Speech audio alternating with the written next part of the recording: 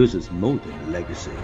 This is a source of inspiration, sharing the journey of discovery. PSN College of Engineering and Technology.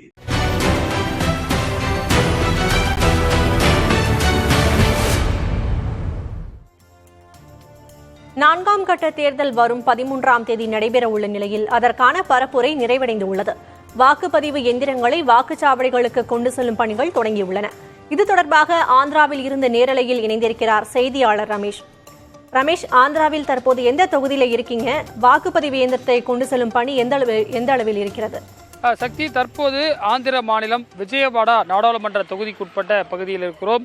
இங்கே பார்த்தீங்கன்னா 175 சட்டமன்ற தொகுதிகளுக்கும் 25 மக்களவை தொகுதிகளுக்குமான தேர்தல் பிரச்சாரம் இன்றுடன் ஓய்வந்திருக்கிறது. சற்று முன்பாக நாம் இருக்கக்கூடிய பகுதி விஜயவாடா பகுதியில் ஒரு எம்பி கேண்டிடேட்டும் எம்எல்ஏ கேண்டிடேட்டும் ஒய்எஸ்ஆர் காங்கிரஸ் கட்சி சார்பாக இங்கே பிரச்சாரம் பண்ணிட்டு இருந்தாங்க. இங்கே நம்ம ஒரு 10 நிமிஷத்துக்கு முன்னாடி பெரிய அளவிலான கூட்டம் இருந்தது. தற்போது காவல்துறையினர் ஒலிபெருக்கி மூலியமாக பிரச்சாரத்தை முடித்துக் கொள்ளுமாறு சொன்னாங்க.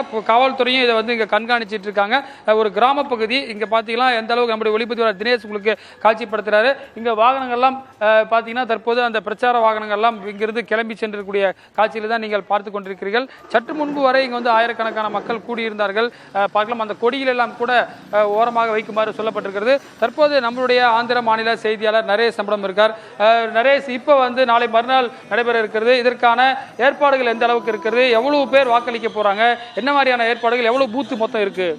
அதாவது பார்த்தீங்கன்னா ஆந்திர மாநிலத்தில் 175 சட்டமன்ற தொகுதி, 25 நாடாளுமன்ற தொகுதி பார்த்தீங்கன்னா மொத்தம் 46,175 வாக்குப்பதிவு மையங்கள் இருக்குது. இதில் பார்த்தீங்கன்னா குறிப்பிட்டு ஒரு 555 வாக்குப்பதிவு மையங்கள் பார்த்தீங்கன்னா முழுக்க பெண்களை வைத்தும் ஒரு 500 மையங்கள் மாற்றுத்திறனாளிகளை வைத்தும் இயக்க உள்ளதாக அரசு தெரிவித்துள்ளது. அதே மாதிரி பார்த்தீங்கன்னா ஒரு 500 பார்த்தீங்கன்னா வாக்குச்சாவடியில் பார்த்தீங்கன்னா ஒரு மாதிரி வாக்குச்சாவடி மையங்களை அரசு அமைச்சு அதை மக்களை அதிக அளவில் வாக்களிக்க வைக்கணும்னு சொல்லிட்டு இங்கே இருக்கிற தேர்தல் ஆணையமும் அதுக்கான வேலைகள் பண்ணிட்டு வராங்க.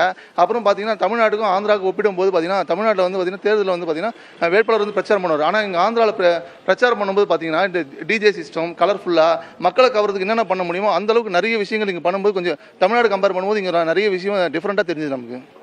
4,14,00,000 வாக்காளர்கள் தங்களுடைய பிரதிநிதியை தேர்ந்தெடுக்க போறார்கள். இங்க இருக்கக்கூடிய அண்டை மாநிலமான தெலுங்கானாவில் 15 மக்களவை தொகுதிக்கு அதற்கும் பிரச்சாரம் என்பது நிறைவடைந்திருக்கின்றது. சக்தி, விவரங்களுக்கு நன்றி Ramesh. This is more than legacy. This is a source of inspiration, sharing the journey of discovery. PSN College of Engineering and Technology.